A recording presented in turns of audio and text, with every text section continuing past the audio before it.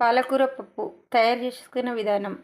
అరగంట ముందు ఆర్గానిక్ కందిపప్పు కడిగి నానబెట్టి హాఫ్ స్పూన్ నూనె,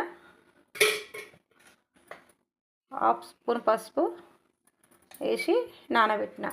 ఇప్పుడు ఒక 4 కట్టలు పాలకూర, ఇది ఇప్పుడు అందులో పెట్టేసుకుందాం.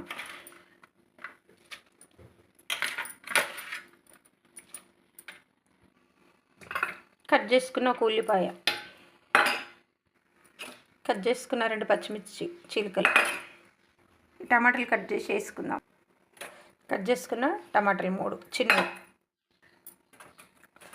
చిన్న నిమ్మకాయ సైజ్ అంతా చింతపండు కడిగి వేసుకోవాలి.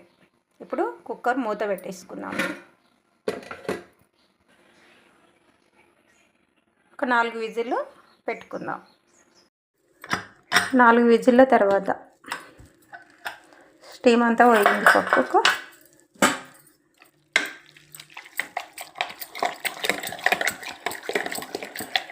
కొంచెం మెదుపుకుందాం.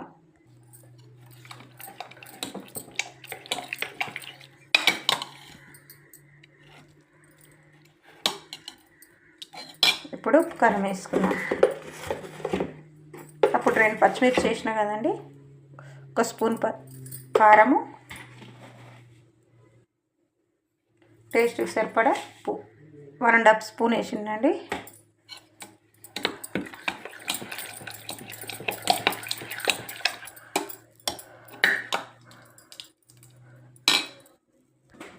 ఇప్పుడు తాలింపు కోసము ఒక పోపుల గరిటె పెట్టి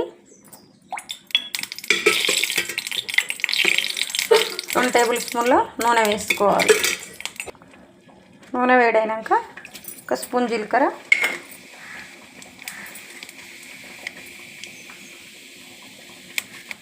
1 స్పూన్ ఆవాలు, జీలకర్ర ఆవాలు వేగినాక ఒక 7 వెల్లుల్లి రెబ్బలు, ఒక 5 ఎండుమిర్చి,